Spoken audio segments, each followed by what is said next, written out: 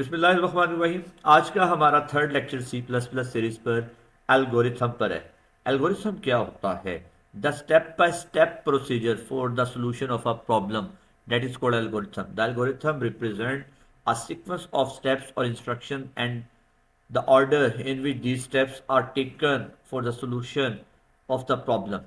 यानी इसे और आसान कर लें तो finite set of steps that solve a problem, वो स्टेप्स जो आपकी प्रॉब्लम सॉल्व करते हैं। हम कभी भी किसी प्रॉब्लम को डायरेक्ट सॉल्व नहीं करते, पहले उसका एल्गोरिथम लिखते हैं। डिज़ाइन फेज में आता है। ये तीन मेन इनपुट्स होते हैं इसके लिए: गेट इनपुट्स, प्रोसेस डाटा और डिस्प्ले रिजल्ट। ये देखें, ये एक प्रॉब्लम सॉल्व करनी है आपने, दो नंबर्स का सम, तीन नंबर्स का सम फाइंड करना है और एवरेज फाइंड करनी है। तो ये जो आप स्टेप्स लिख रहे हैं ये आपका एल्गोरिथम कहलाता है। एल्गोरिथम जो है आपके पास, for example altering order of algorithm, आप कंट्रोल स्ट्रक्चर यूज करते हैं जिसमें आप एल्गोरिथम का क्या करते हैं, फ्लो ऑफ एग्जीक्यूशन कंट्रोल करते होते हैं। हमारे पास तीन तरह के होते हैं ये: सीक्वेंस स्ट्रक्चर जिसमें आप तरतीब वाइज एक प्रोग्राम को एग्जीक्यूट कर देते हैं; सिलेक्शन स्ट्रक्चर जिसमें आप कंडीशन लगाते हैं और उस कंडीशन की बेस पर कोई एक पार्ट एग्जीक्यूट होता है; आइट्रेशन जिसमें आप एक स्टेटमेंट को रिपीटेडली एग्जीक्यूट करते हैं। ये तरतीब से हम आगे डिटेल में पढ़ेंगे जब हम प्रोग्रामिंग स्टार्ट करेंगे। Sequence structure instruction are executed in order in which they are written. जिस तरतीब से प्रोग्राम की स्टेटमेंट लिखेंगी उसी तरतीब से वो एग्जीक्यूट की जाएंगी। जबकि सिलेक्शन स्ट्रक्चर, द स्टेटमेंट और group of statement are executed और ignored on the basis of a given condition. किसी कंडीशन की बेस पर अगर ये ट्रू होगी तो ये एग्जीक्यूट हो जाएगी, नहीं तो ये हो जाएगी। तो इस बेस पर होता है। आइट्रेशन में एक स्टेटमेंट को बार बार बार बार एग्जीक्यूट किया जाता है। ये तीनों की एग्जाम्पल दी हुई है। ये सबसे पहले सिलेक्शन की एग्जाम्पल दी है। अगर ये नंबर बी से बड़ा होगा तो ए बड़ा है, नहीं तो फिर सेकंड नंबर बड़ा है। ये आपकी सीक्वेंस की स्ट्रक्चर दी है। इसी तरतीब से, जिस तरतीब से ये लिखी हुई हैं उसी तरतीब से ये स्टेटमेंट्स एग्जीक्यूट हो जाएंगी। और ये आपके आइट्रेशन की एग्जांपल दी है कि ये बार बार स्टेटमेंट एग्जीक्यूट होगी। एल्गोरिथम के साथ ही ना एक चीज डिस्कस की जाती है, सूडो कोड। ये जो स्पेलिंग तो ये है, लेकिन ये इसे हम प्रोनाउंस करते हैं pseudo code. Pseudo code is a problem solving tool. It is a generic way describing an algorithm without the use of any specific programming language.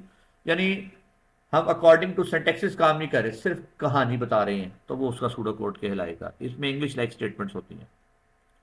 इसी के साथ एल्गोरिथम में बड़ा इंपॉर्टेंट टॉपिक होता है फ्लो चार्ट, द ग्राफिकल और symbolic representation. देखिए, क्योंकि एल्गोरिथम में तो वो स्टेप बाय स्टेप प्रोसीजर लिखा जाता है। अब उस रिटर्न फॉर्म में कुछ चीज़ लिखी जाए उससे ज़्यादा हमें एक चीज़ समझ आती है जो ग्राफिकली तस्वीरी शक्ल होगी। तो तस्वीरी शक्ल जो है आपके किसी भी स्टेटमेंट की, वो आपकी क्या कहलाती है?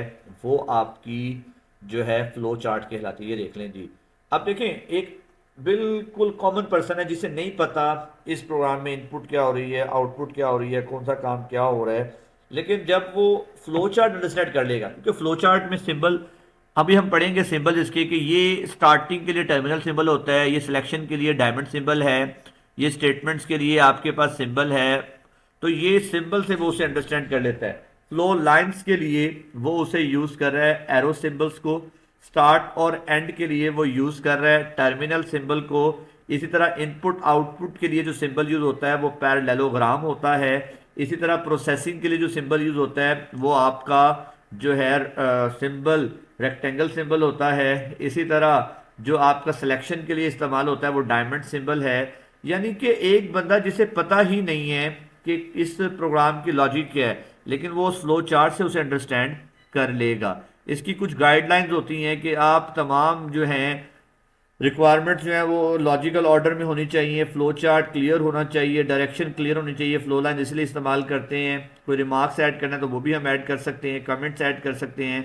इसके एडवांटेजेस हैं कि हमें, मैंने आपको बताया कि एल्गोरिथम में कहानी लिखी है, कहानियों में इतनी अच्छी समझ नहीं आती। जबकि हम किसी नॉवल का ड्रामा देख लेंगे तो वो ड्रामा हमें ज़्यादा अच्छे तरीके से अंडरस्टैंड हो जाता है। वो ड्रामा हमें ज़्यादा अच्छे तरीके से अंडरस्टैंड हो जाता है क्योंकि हम ग्राफिकली रिप्रेजेंटेशन में किसी चीज़ को ज़्यादा अच्छे और आसान तरीके से अंडरस्टैंड करते होते हैं। हाँ, इसकी कुछ लिमिटेशन भी होती हैं। बहुत ज़्यादा कोई कॉम्प्लेक्स प्रॉब्लम है तो उसे हम इतने आसानी तरीके से उसका फ्लो चार्ट, जिसमें बहुत ज़्यादा कॉम्प्लेक्सिटी है, उसका फ्लो चार्ट नहीं बना सकते। और इसी तरह एक फ्लो चार्ट को जब चेंज करना पड़ता है तो वो नए सिरे से बनाना पड़ता है, दरमियान में चेंजिंग नहीं कर सकते। तो होप सो ये एग्जांपल है। अब दो नंबर्स का, जैसे अभी मैं बताया था, सम फाइंड करने के लिए हमने फ्लो चार्ट बनाना है, तो हम डायरेक्ट फ्लो चार्ट बना रहे हैं। हमें पता है टर्मिनल सिंबल है, ये इनपुट आउटपुट के लिए यूज होता है, ये प्रोसेसिंग के लिए है, ये फिर आउटपुट के लिए और ये एंड। तो हम इससे उसे अंडरस्टैंड कर लेंगे। तो ये था आपका जो है नेक्स्ट टॉपिक, फ्लो चार्ट और एल्गोरिथम। होप सो आपको समझ आया होगा। कोई क्वेश्चन हो तो वो आप लोग पूछ सकते हैं कमेंट में। जजाकल्लाह। मजीद इस तरह की वीडियोस के लिए अल मुस्तफ़ा चैनल को लाजमी सब्सक्राइब करें।